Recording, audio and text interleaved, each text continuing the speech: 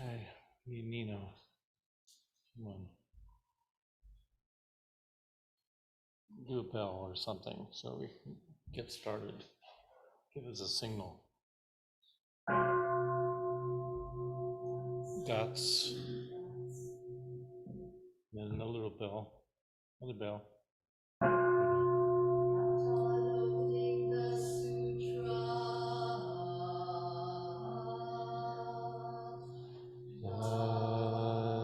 Dharma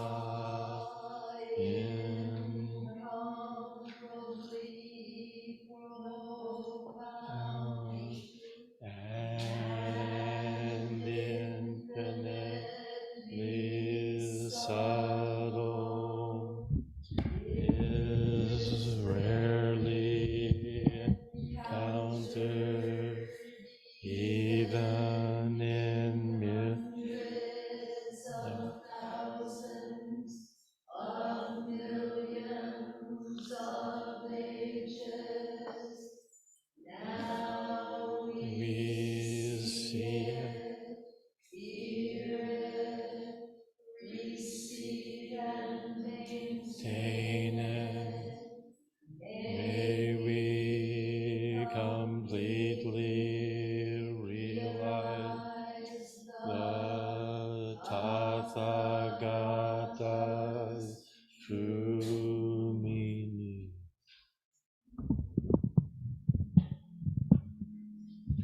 Okay.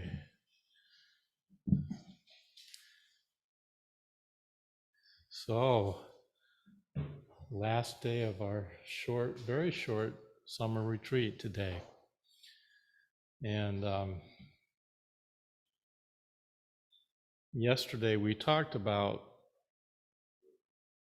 really the practice of harmonizing the body and mind, that we have to start somewhere, and we start with where we're at, where we're actually, what we're experiencing, and being okay with that experience. So we have been teaching mindfulness here at the Zen Center for many, many years. And I believe this mindfulness is really important as a foundation for Zen practice. But I feel like I haven't talked too much about Zen. I want to talk about Zen today. Zen, what Zen practice is. What does it look like? How do we do it? I mean, we're doing services and things, but what is Zen training at this center?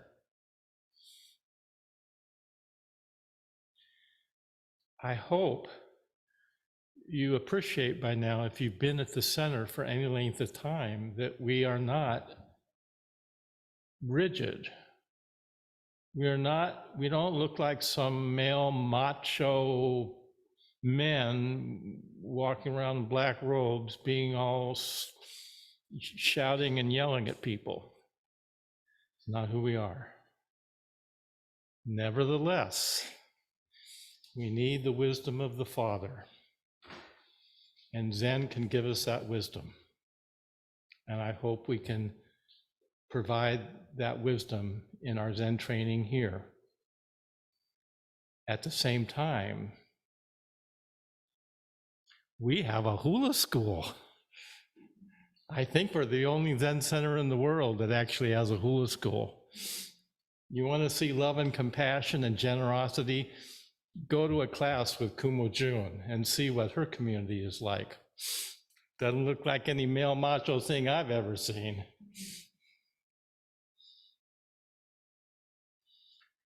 It looks like a lot of open hearts and a lot of generosity and love. For a man, we're almost embarrassed by it. So, there's the other side of Zen, which is the grandmother.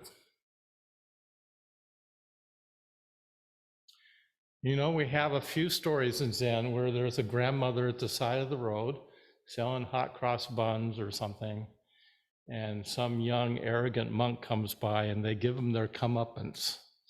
And those are some of the most enjoyable stories in Zen.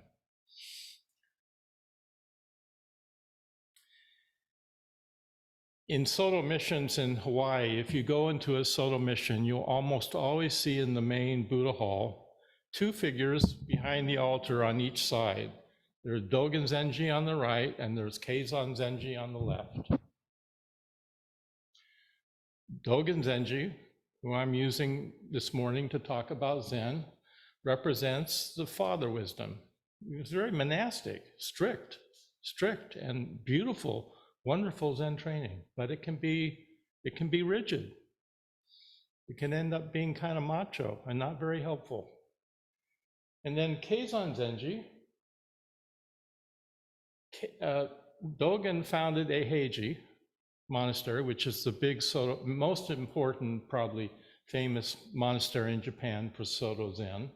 But Eiheiji, Sojichi, was founded by Keizan Zenji, who lived pretty much around the same time as Dogen. And Keizan Zenji loved his grandmother and his mother, and he supported nunneries. He was close to his dreams. And we think of Keizan Zenji with a lot of fondness as kind of the grandmother of Zen. My root teacher, Taizan Maizumi Roshi, he was old school Japanese. He could be a patriarch, and not always such a pleasant one, but you know what? He was raised by his father, Kuroda Roshi, and his 7 or 8 brothers who were all Zen teachers in the Soto school, all Kuroda Roshis. And what did he do? He took his mother's maiden name, Maizumi, because he loved his mother.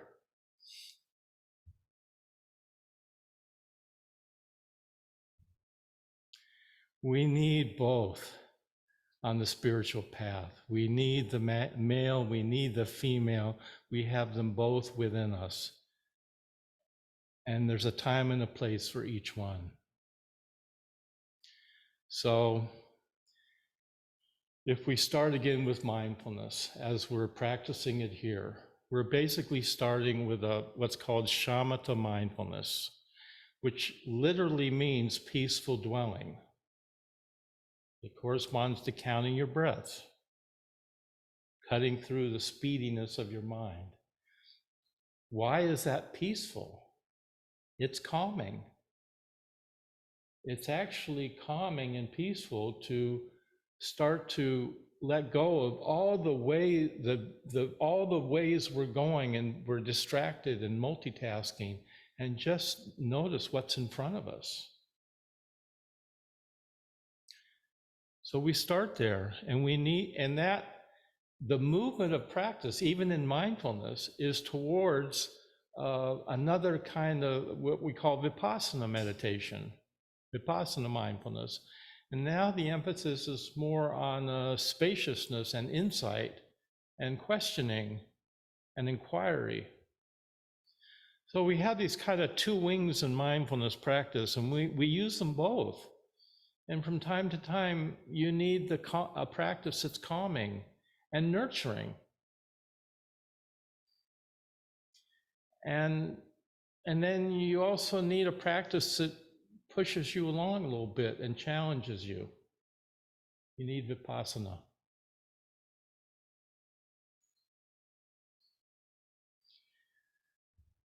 So sometimes we need the Father's wisdom. We need a good slap upside the head or a cutting sword. And then sometimes we need a bowl of warm soup or a blanket or a grandmother that reads us a good story as we go to bed. We need nurturing, and we need growth and spirit on the spiritual path. We need both. There's different medicine for different people. And it's important to know when you need the medicine you need. I don't know if this is the best example, but this is my recent experience. I had a hip operation 8 weeks ago. That was a trauma to my body. And then before I had the hip operation, years before, I've had both of my knees operated on. And when I had the knee operation, when you come out of the surgery room and you wake up, a few hours later on anesthesia, your leg is like this. It's straight out like a board, and it does not bend because they put a big metal thing in my knee, and I'm on narcotics. And the first thing they did in the hospital was get me up and try to get me to walk, which I did not want to do.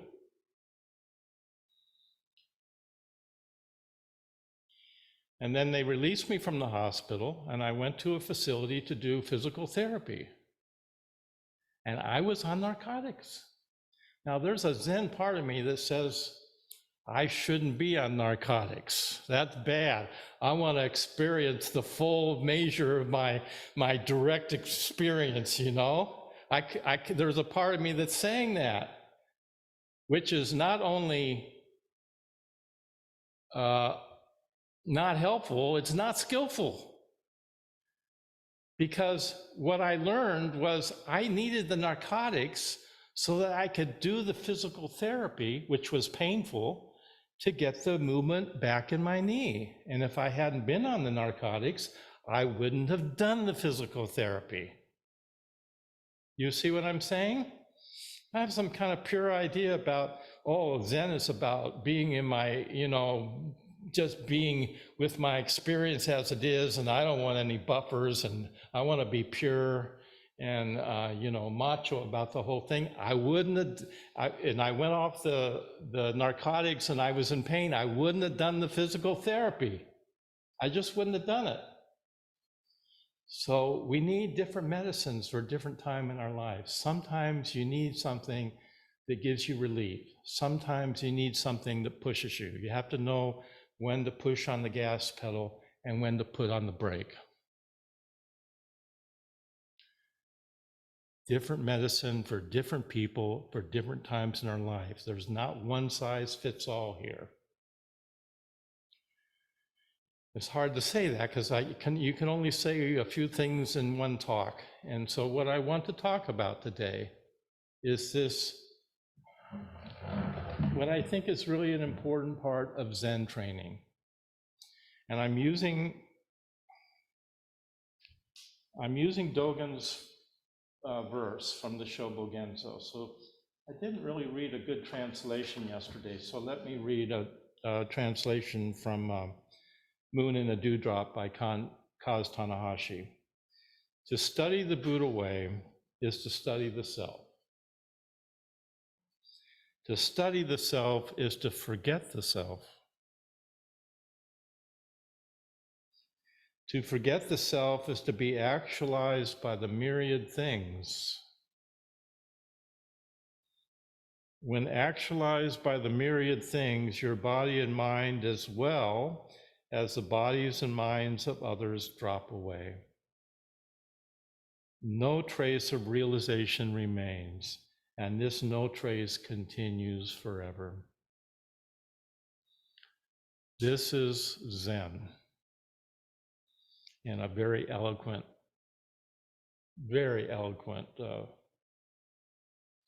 lines by Dogen. So now I want to appreciate today, what does it mean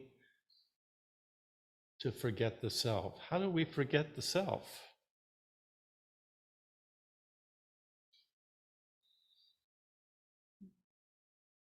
So let me try to approach this first of all experientially, and I've said this before. If you've heard me, you may have heard me talk about this before, but I think it's helpful. We start out practice trying to learn how to pay attention because we're distracted. And so we need training. We need discipline to pacify the mind, which is shamatha training. Cut through the speed so you can actually begin to appreciate what's right in front of you. And if you do this for a while, you start to have another experience, which is a kind of warmth or a sense of wholesomeness taking place. And it feels good. It just feels good. It feels dignified. You don't know where it comes from. but it's here. And then, because it feels good, and we don't know how to do anything else, you try to hang on to it, and then it goes away. When you're not trying, it's here. If you try, it goes away. This is maybe one of the first Zen teachings we get at a very intuitive level, experientially, because this is what the teaching of emptiness is all about. Emptiness is not a philosophy, although there was a school in Buddhism called the Madhyamaka school, which was all about, taught about emptiness, but they didn't have any doctrine as a philosophical school. Emptiness may be the most important teaching in all of Buddhism about reality. But the minute we try to define it, it goes away, just like trying to hang on to the warmth and the wholesomeness goes away. So what's odd about this teaching is emptiness may be the most, and I'm just using one word, we have other words for it, boundarylessness, vastness, interdependence, no self, enlightenment, the absolute, big mind. Those are just words, but words can't define it. So you begin to learn at some experiential level that there's something here that's dignified in you and warm and allows you to begin to be, have some joy and enjoy yourself and enjoy other people, and you're not getting in the way so much.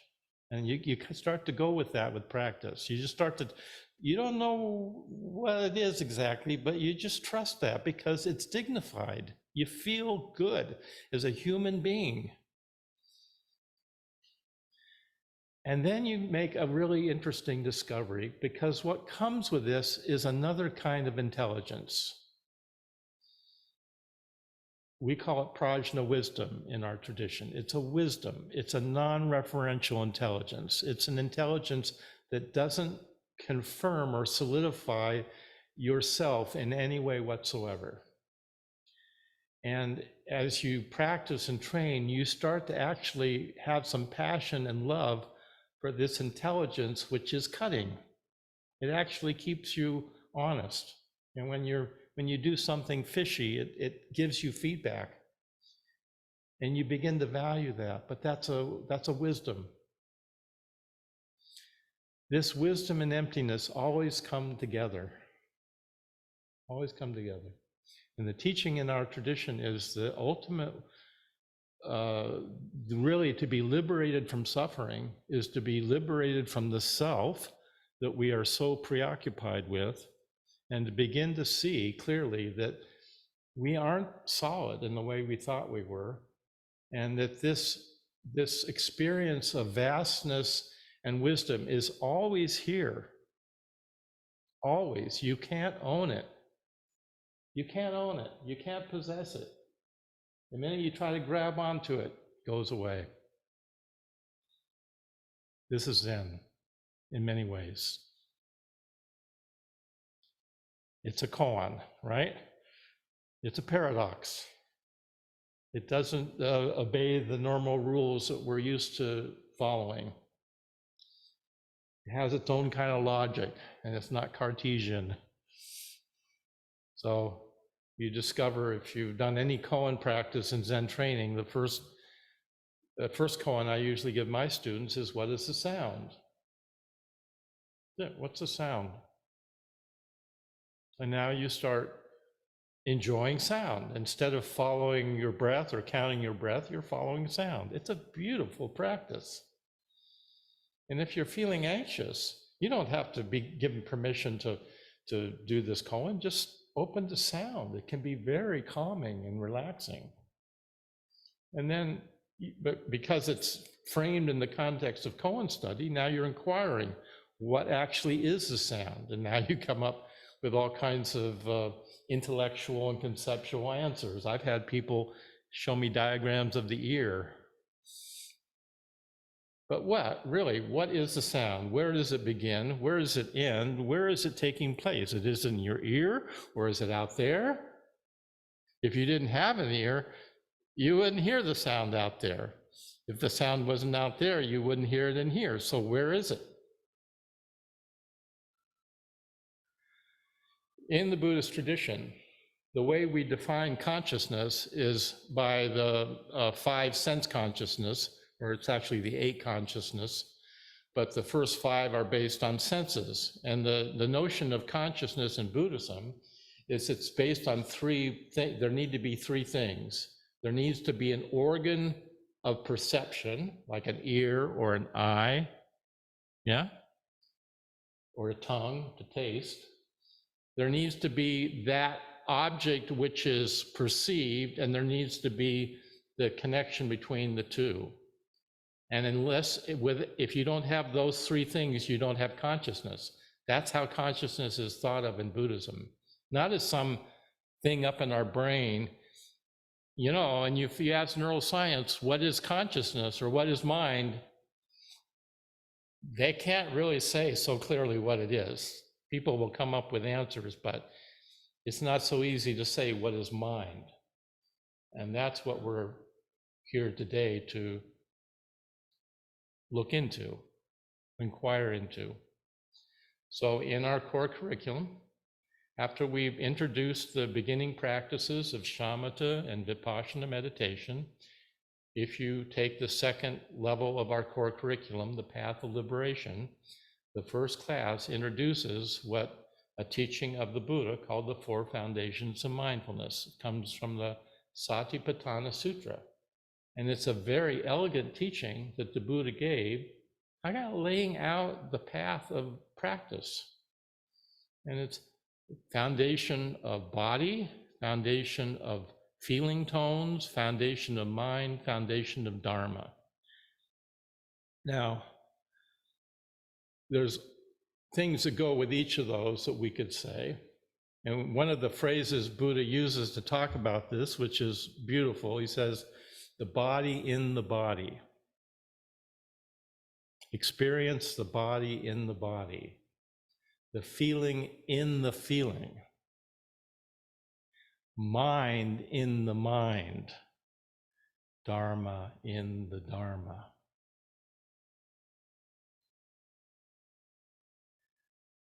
So we're moving towards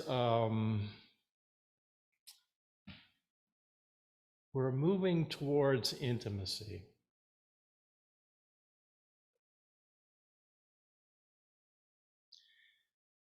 I said the other day, the word for sesshin is setsushin, which means to unify the body and mind. But there's another translation that we give where we use poetic license, and we say it means to touch the mind.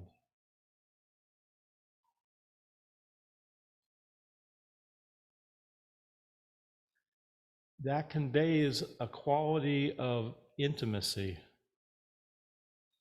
And another word for emptiness is suchness, which also conveys this quality of being intimate.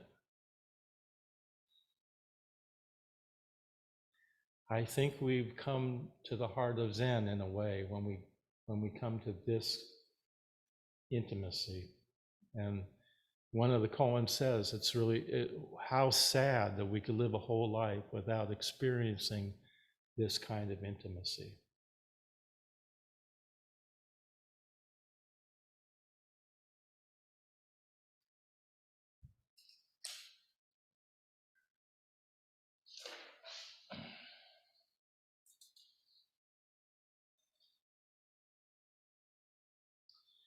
So to study the self is to forget the self. In the Zen tradition, this is known as, and many Zen teachers have talked about this throughout time, turning the light inward. Turning the light inward.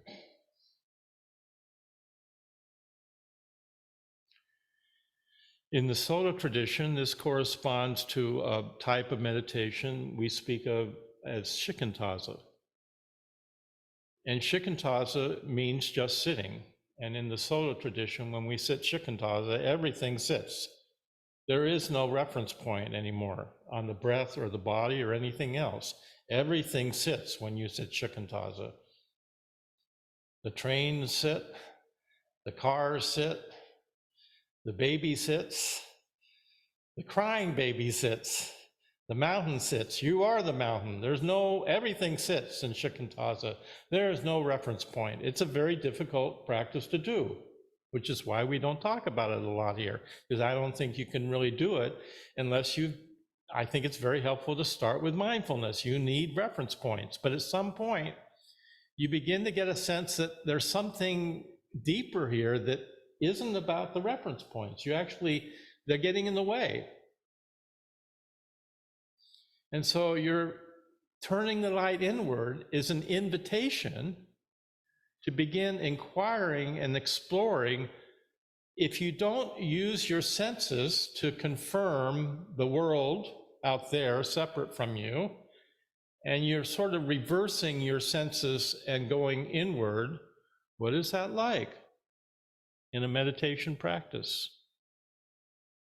Because, we do create the world through the projection of our senses, our eyes, our ears. We're constantly projecting, right?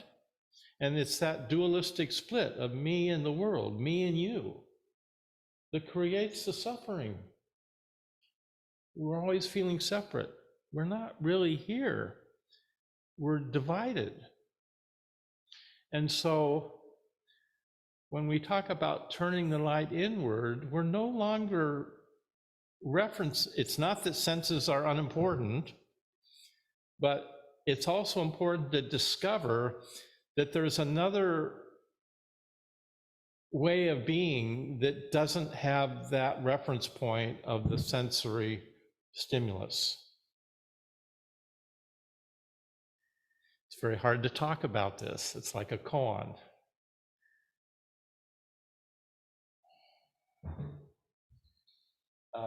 This corresponds to not knowing. To do this practice is to not know, truly to not know. Now, think about this for a moment. We're always knowing something. We know something. There's our knowing, and then there's the object of our knowing. There's already duality there. So when we say practice Zen beginner's mind, or to practice not knowing, we're saying, is it possible to inquire and be here in a way that doesn't reach out to grab something and know it? Is that possible?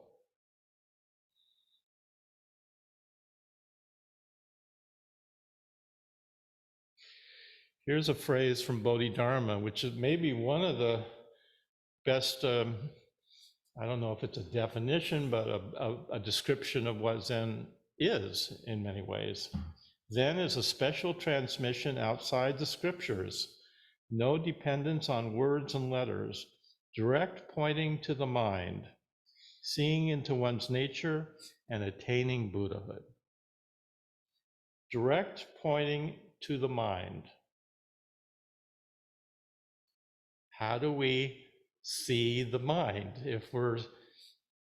And in the four foundations of mindfulness, in the Satipatthana Sutra, the third teaching is foundation of mind.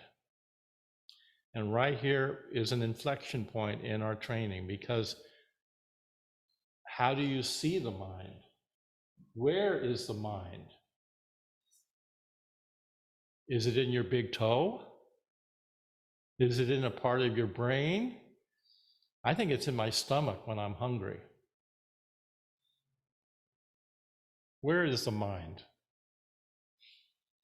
So a student came to Bodhidharma. He said, my mind is upset and I'm not at peace. Please pacify my mind. Please give me peace of mind. And Bodhidharma said, go find me your mind and bring it to me. And so the student went and looked for his mind, and he couldn't find it anywhere. He looked under here, he looked over here, under here, he can't find it. He comes back to Bodhidharma and says, I looked everywhere and I couldn't find it. And Bodhidharma said, okay, I've pacified your mind for you. We call this raising the Bodhi mind. When you what's the point of turning the light inward? What are we looking for? What are we finding? We're not finding anything. That's the point. It's the looking inward that's the point. If you find something, you're not turning the light inward. If you're raising something up, you're not raising the Bodhi mind. This is not easy to do, right? It's kind of like a jujitsu move. You got to kind of fool your mind, but into forgetting that you're doing something. Forget yourself. Not so easy to do.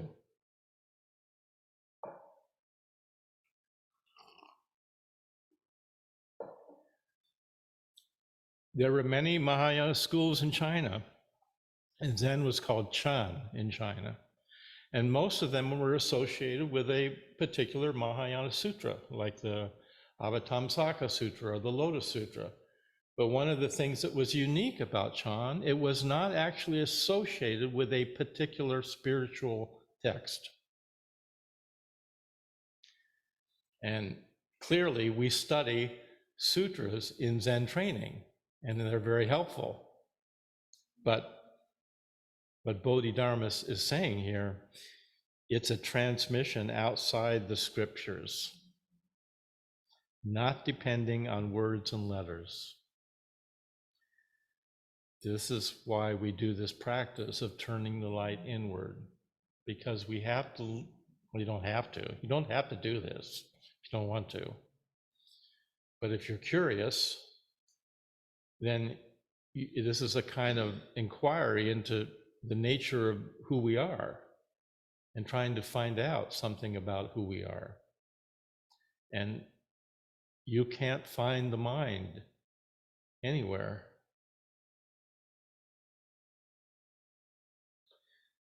To study the self is to forget the self. I think part of the issue is that we've never really studied ourselves in this way. We've never really been that curious about what we do and how we do it. So we make a lot of assumptions and we're kind of lazy and we just settle with what people tell us is real, what our parents told us, what our teachers told us, why upset the apple cart? This could be troubling to go inside and try to find the mind, especially when you can't find anything. What's the point? Good question.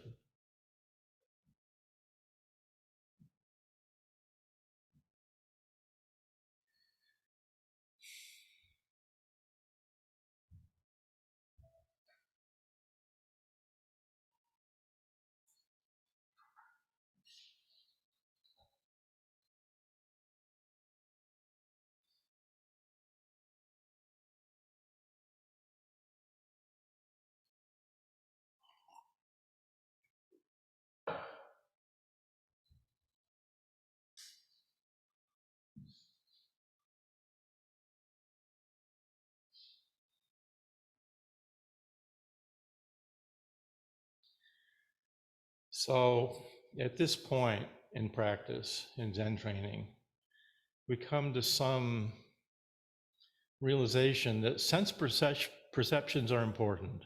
In fact, Buddhism is a religion based on perceptions, studying sense perceptions. So we're not talking about transcending the physical plane or our physical sensations for something else.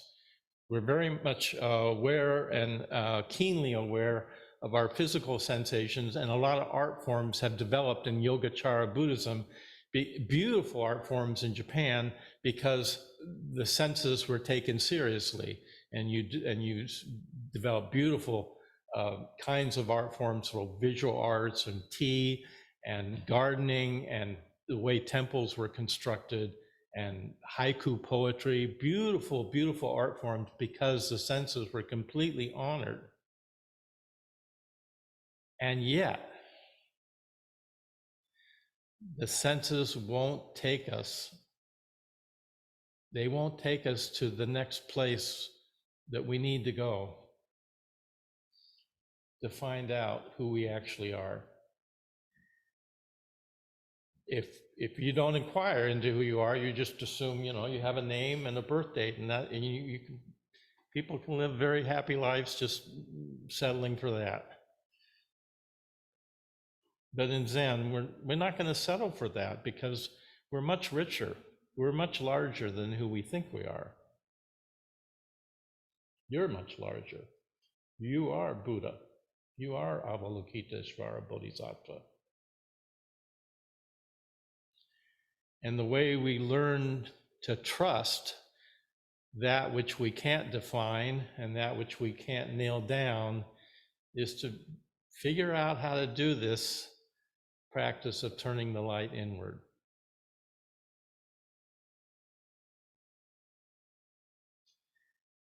I can't give you steps on how to do it. You have to do it yourself. The closest I can come is to talk about the shikantaza as a practice, or koan study.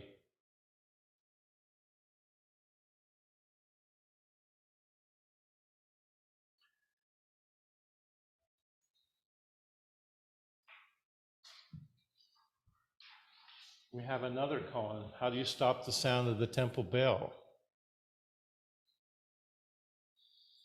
Well, if you approach this with Cartesian logic, it won't take you there. It won't work in the Doksan room. You have to go to another place that you're not familiar with. And Zen is inviting us, actually inviting us to trust something else that's always here, that's always been here, that you can't possess, you can't nail down, and you can't lose it. It's always here. And it is a rich, something rich that we won't discover just through our senses. And this is how we begin to forget the self. You actually, if you're not constantly propping up yourself with the reference points that are the dualistic reference points of this and that, me and you, me and the world, if I'm not constantly solidifying that,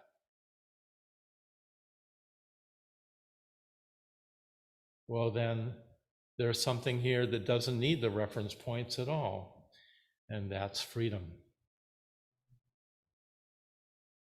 That's freedom.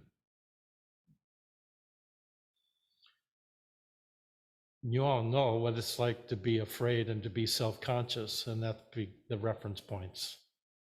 We have the reference points, and then we create some sense of me here, right?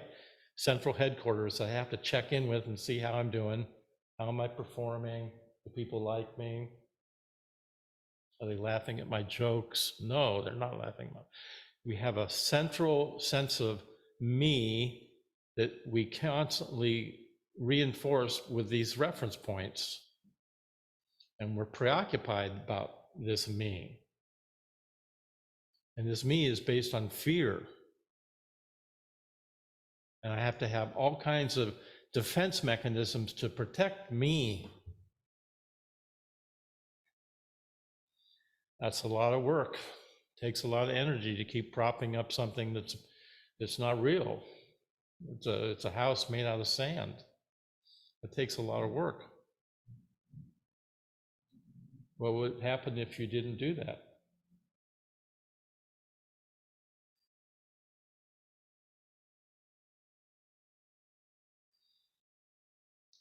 So I think the most often what I hear when people hear this teaching, the first thing that comes up is, well, that wouldn't work in my real life. I couldn't be like that and go to work. I'd be like a jellyfish and people would walk all over me. No, not so. Not at all. You can function much more efficiently without the ego. Now, we don't have time. I'm kind of giving you a map here. And it's important to get the whole line that Dogen is saying here. You don't have time to go into all the other lines, but what he is saying here is more than just the journey doesn't end with forgetting the self. That's just the beginning. There's more to come, more to look forward to. To forget the self is to be actualized by the myriad things. There's another phrase in the Shobo Genzo where Dogen says that the self actualizes the myriad things is delusion, that the myriad things actualize the self is enlightenment. So once we have discovered this vastness that is here always, our Buddha nature, what we call enlightenment, now, the next step in practice is to come back into the relative world of differences.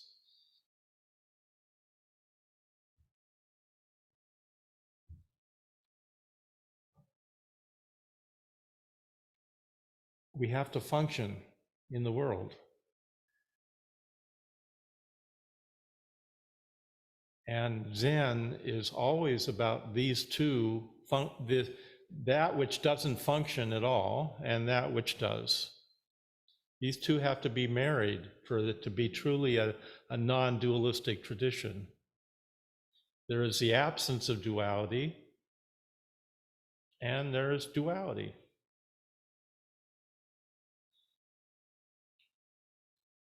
There's no mind, and there's all our knowing and all ourselves. Often where we have to practice, and so this turning the light inward is the not knowing, but then coming back is the bearing witness. This is where we suffer, but now it's the suffering isn't quite the same. It's not my suffering, it's just suffering. And I can learn to be with that, with an aspiration and a determination, and I can learn to be a larger container for that. So then there's a phrase in Zen, I think Donovan put it in a song. First there is a mountain, then there is no mountain, then there is. Remember that song? Well, I'm dating myself. I don't know if you ever heard Donovan sing, but it comes from a Zen phrase. First there is a mountain. There's a mountain over there. And there's no mountain. No duality. And then there's a mountain again, but it's not the same mountain this next time. It's not the same mountain.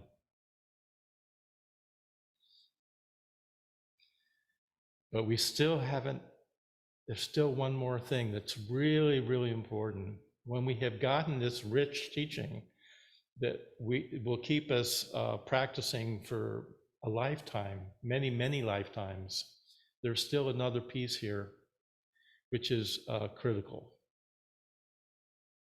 And Dogen Zenji, again, is saying it. When actualized by the myriad things, your body and mind, as well as the body and mind of others, drop away. No trace of realization remains, and this no trace continues forever.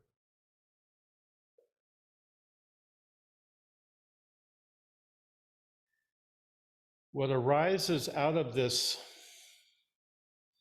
we start by finding some calmness that allows us just to have a breath of fresh air for a moment, and then start to see some spaciousness as a result. And then we can have the spaciousness, and then we come back and have the calmness, and the two work together. They're like two wings of a bird, shamatha and vipassana.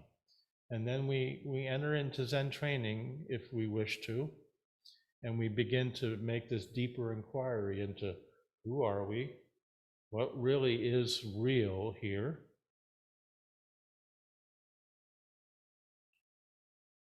And then what comes out of this training is something kind of surprising, which is our sad and tender heart. We call it bodhicitta.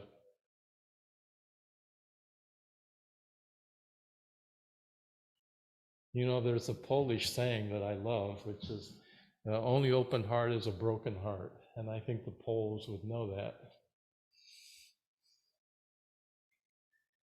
When we're brave, when we learn how to be a larger container, we bear witness to the joys and sorrow of life.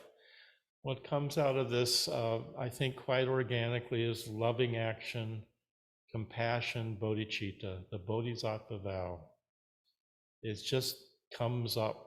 It can come up through studying it, but it can come up just organically from your sad and tender heart.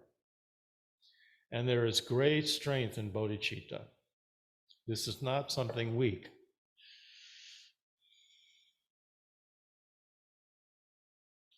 Bodhicitta can hear the cries of the world and not be taken down by it. There's plenty of things in our world that can dishearten us, and we all know what that feels like. The despair, depression, trauma.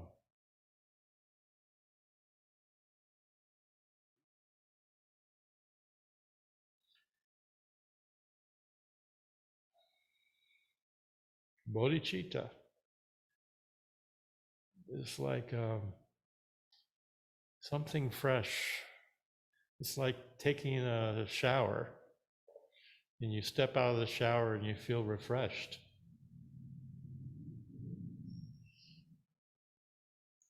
It's something delightful, joyful that is here. When you do this work, when you actually are sincere and genuine with yourself, then what's already here is your good heart.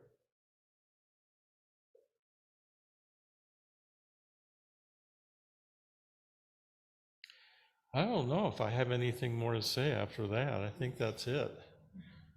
It pretty much covers the ground as far as I'm concerned. We call it the 3 tenets of the Zen Peacemaker Order: not knowing, bearing witness, loving action. Pretty much covers the Zen path. And it's, you say, is that all? That's enough for a few lifetimes. There's no doctrine here. There's no dogma. You can study this as a philosophy if you want. That's good too. No harm in studying, but you don't need to. Dogen Zenji just suggests start by studying yourself. That's really what we do here. We start by studying the precepts. When we're studying the precepts, we're just studying how we behave, how we conduct ourselves, how we speak. And we don't do it so well. We all break the precepts. I break the precepts. And I think you come to some place where you just start to, it's not that you condone your unskillful behavior. You try to improve it, but you're going to, hey, let me leave you with one last, here, this is a good one, from Keizan Zenji, the grandmother of Zen. Though we find clear waters ranging to the vast blue sky in autumn, how can it compare with the hazy moon on a spring night? Most people want to have it pure white, but sweep as you will, you cannot empty the mind.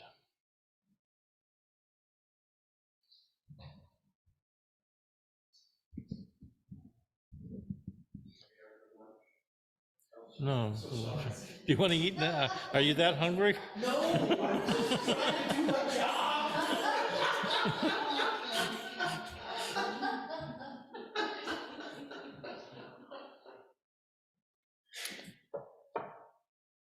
Before we have lunch, are there any questions?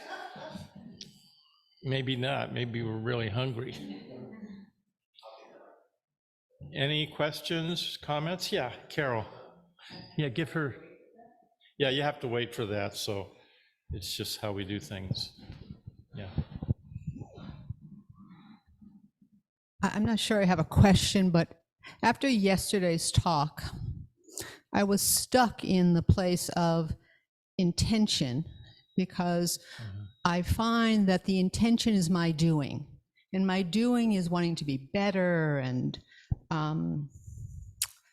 just kind of, and when I get better, I want to hold on to that. Uh-huh.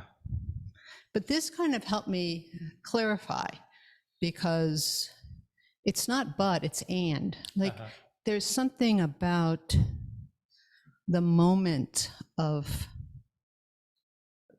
just kind of with both of them. Yeah. In some ways. Yeah.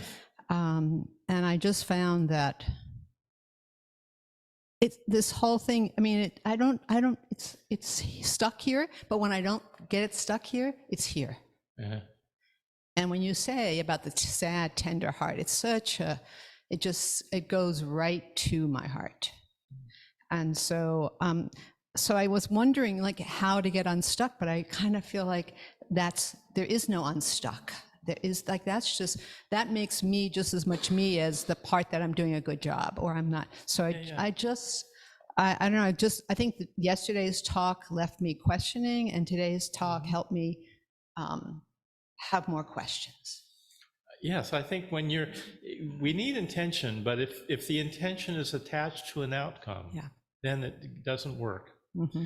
And so it's kind of about letting go of the self, letting go of the needing to perform or be right or pure or perfect or whatever, right? Mm-hmm. And so again, if you go back to that 4 foundations of mindfulness that the Buddha taught, it's a beautiful kind of arc of what practice is. You start out with a prescription, have an intention, have determination, sit in this posture and sit upright and count the breath. But at some point after you've done that, you start getting in the way because you're trying too hard. You have too much will, too much intention. And so then there's a point, this either happens organically or you hear a beautiful teaching like the 4 foundations of mindfulness, and you get to that 3rd step of the foundation of mind, and the willpower won't take you there anymore. The intention won't even take you there anymore. You have to let go. So now practice is more like a descriptive process of getting out of the way. It's not learning anything more or adding more, it's taking something away. And when you take something away, then something beautiful is here. Yeah? I mean, there's a presence. There's a gift of a presence when we get to that place. And I believe if you experience it a moment, then this is what we can experience. Yeah. And And I think what you're saying is lovely, and I think the presence is the intimacy. yes. Yeah. Thank you. Yeah, thank you.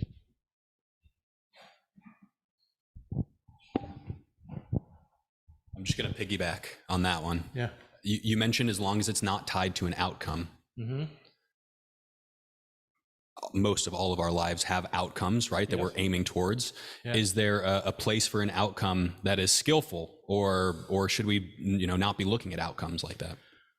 Well, that's a good question. I think in the relative world of differences, when you go to work, you have planning and you use your conceptual mind, analytical mind.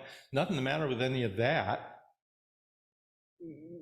What we're talking about here is kind of the ultimate reality, and so no, we need to plan, and we plan to all kinds of planning and outcomes, but it may be, you may discover that even in the business world that being too attached to the outcome might get in the way of the process of the team working together. So it's not so clear to me, but I wouldn't make a blanket statement saying some dogma that you should never be attached to the outcome. You have to do planning, and you have linear processes that get confirmed by metrics and things, marketing. We market the Zen Center. We have to work with metrics and stuff like that. So I don't think there's any problem there particularly.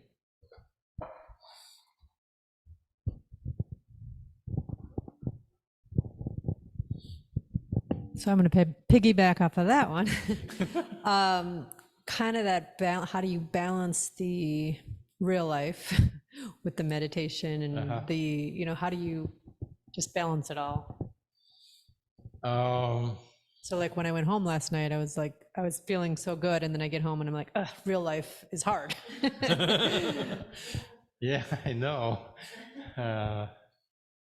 Well, you learn. I think as you go along, you start to notice that the separation that seems to, there's really not a separation between the two.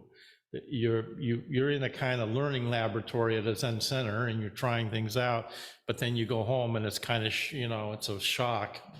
And I think you find with practice that actually what you're doing here starts to ripple into your relationships with your family and other people, that you're a little kinder, you're a little bit more patient. Instead of being reactive, you're a little bit more spacious and you can respond more skillfully, and you start learning that actually the real practice, it isn't, you have to do the practice on the cushion. We are creatures of habit, and if we don't do this, we will revert to reactive habits and patterns. We all will do this. So it's important to have a practice. I believe it is. But then having said that, the rest of the practice is what you do when you get off the cushion. And that has to do with studying the precepts and how you behave when you are stressed out, how you behave in conflict when someone criticizes you. Do you react? And, or, you know, how, that's a lot about what practice is about. And we're learning how to do that in the real world. And so the ultimate teacher of Zen is the world's giving you feedback moment by moment based on how what you're doing. That's the teacher, is your domestic situation is your teacher. Yeah.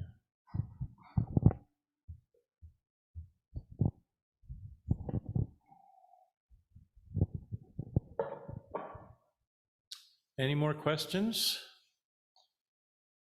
Another question, and then we won't be able to eat lunch. I bet you we have a pretty good lunch coming up, so I'm already, can just hear my stomach grumbling as I say that. Any more thoughts, questions? Okay, thank you. Well, let me just say one more thing about, because I think, I'm sorry. I'm sorry, I just think this is really important to get. That there is when you first hear this teaching, there's this kind of a fear like, if I really let go of the reference points, I couldn't function at work or in my family. I would just be like a jelly bean and people would walk all over me. And it's not so. At least that hasn't been my experience. You actually learn to you actually become more skillful about how you're interacting with people. You get better at drawing boundaries and taking care of yourself when you need to take care of yourself. Part of what teachers, and if you're in a stressful job, what your example as a Zen practitioner is being able to take self-care, drawing boundaries and not going too far and getting, because it's not skillful. You can't help other people if you are too stressed out. So then if you're a chaplain or you're a nurse or you're a doctor or a therapist, part of fulfilling your bodhisattva vows is drawing boundaries so that people think that compassionate people don't draw any boundaries. Brene Brown said this the opposite. People that are compassionate draw boundaries all the time because it's how the world functions. If we need boundaries to be functional, and when we don't have boundaries in family systems and organizations, things get strange, dysfunctional. So I think it's the fantasy is that if you let go of this self that you're so busy propping up that you're not going to be able to function at work, and you're going to just be like, you know, like a space cadet or something. It's not like that. But find out, see what it's like when you come out of retreat and you go, see what it's like when you go home tonight and you go to work on Monday morning. I'd be curious to hear what it's like. And I think over time you find that this practice actually is giving you lots of feedback that helps you be a lot more efficient and skillful in the world. Let me give you just one example. We've been doing Samu here, and we talk about Samu now here at the Zen Center. The idea of Samu work practice is to just do what's in front of you and not worry about the outcome. You just, you're doing the job, but you're not worrying about the outcome.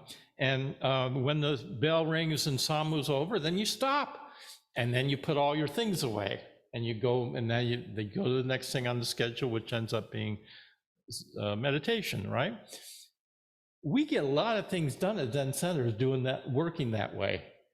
A lot of, well, we have people doing all the work, but we get a lot done. It's actually efficient. You actually get a lot done working that way.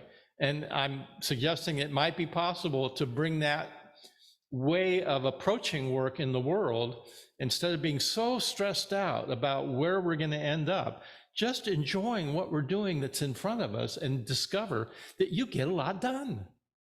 You've walked into offices, bureaucrats, where everyone's shuffling papers around. They all look busy, but they're not getting anything done. And they got goals and 5-year plans, and they're not getting anything done. So it may be a little paradoxical or even ironic that if we let go of the outcomes that we're so stressed about and just actually enjoyed what we were doing in the present and didn't do so much multitasking, maybe work would even be more enjoyable, and we might get more done, which could be surprising. So let me know how it turns out. I have to keep the books. I have to go do the books tomorrow. Oh my God. Okay, that's it. Thank you. If conditions are met, that lunch will occur.